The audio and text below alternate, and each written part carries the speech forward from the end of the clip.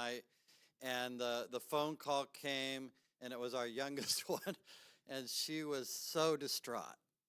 Something had gone terribly wrong, and no one was there for her. And we were just broken. We were weeping and calling out to God. And we hung up, and we prayed, and we worshiped. And in that moment, I suddenly felt like God said, I've got her.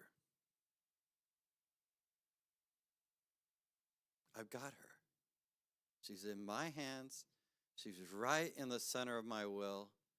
And I'm going to be able to teach her things this year that she could never have learned in your home with you.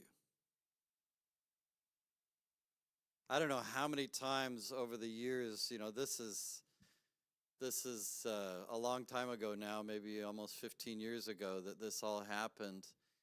And many times we've looked back, did we make the right decision? Shouldn't Anita have gone with them? Shouldn't we both have gone with them? Shouldn't we somehow have kept them with us? And sometimes our girls have made us think about it because they weren't very happy about it later on in life. But when I look back at that situation, I know that we tried to do what God was telling us to do, and that He took care of them, and He took care of us. Our God is a God who honors us when we step out in faith, when we obey, even when we can't understand, even when it makes no sense, even when everybody else tells us it makes no sense. But He's a God who's got us. He's a God who'll come through for us. Now, these last many weeks, I actually looked it up. I started this series on the 31st of August. It's been a few months now, so I think it might be helpful if we do a little bit of a review because it has certainly been a few weeks.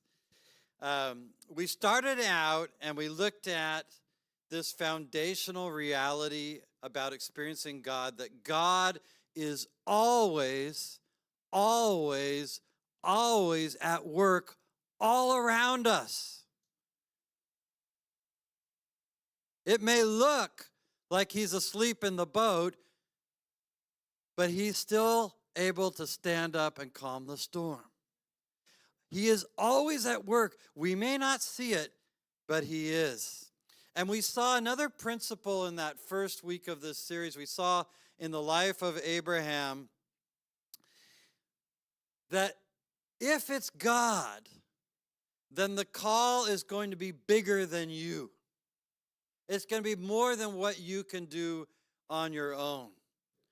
So that's a characteristic that when you hear God's voice calling you to do something, expect it to be impossible. Anticipate that it's going to be more than what you're capable of. And if it's not, if your world has become so small that it's only what you can do in your strength, in your intellect, with your experience, with your resources, then maybe you're not going to be experiencing God in the way that He wants you to. We saw that joining God in His purposes it means becoming a partner with Him in His new creation that He is bringing about. It's not just about me and my family. It's about what God wants to do through me and my family to change this world. We also saw that God pursues a love relationship with us. He's not that great policeman in the sky waiting to write the citation when we go by speeding in our car. But He's a God who wants to do things for us. 7 times He says to Abraham, I will bless you. I will make your name great. I will. He tells Abraham, it's not about performance with God. It's about learning to trust Him as a good Father.